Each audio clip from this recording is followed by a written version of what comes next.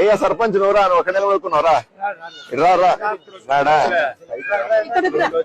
ఏమయ్యా క్రిస్టియనా సరే ఎందుకని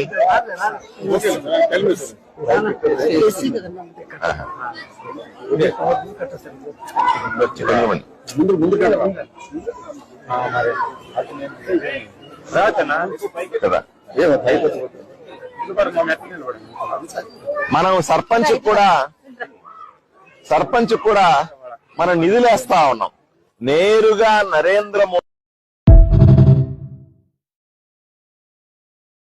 మీడియా సమక్షంలో జరిగిన వాటికి చింతిస్తూ ఉద్యమ సంఘాలకు కానీ దళిత సంఘాలకు కానీ దళితులకు కానీ మా బీసీలకు కానీ అణగారిన వర్గాలకు ఎవరైనా సరే నేను బహిరంగంగా క్షమాపణ చెప్తా ఉన్నా.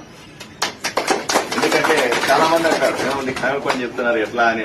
అయ్యా మా తోటి సహోదరులకి నా తోట నేను నిరంతరం తిరిగే అన్నదమ్ములకి నిరంతరం ఉద్యమం నుండే మా మధ్య ఒకరికొకరు క్షమాపణలు చెప్పుకోవడాన్ని నేను చిన్నతనంగా భావించట్లేదు, దాన్ని గర్వంగా భావిస్తా ఉన్నా.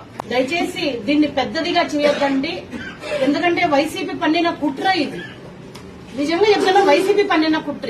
కాబట్టి ఎవరైతే బాధపడినారో ప్రత్యక్షంగా గాని పరోక్షంగా గాని ఆ వీడియో తీసి రాష్ట్ర వ్యాప్తంగా ఇంకెక్కడైనా గాని దేశవ్యాప్తంగా పడిన వాళ్ళ వర్గాలకు అందరికీ కూడా నా అన్నలకు నేను బహిరంగంగా క్షమాపణలు చెప్పగలను.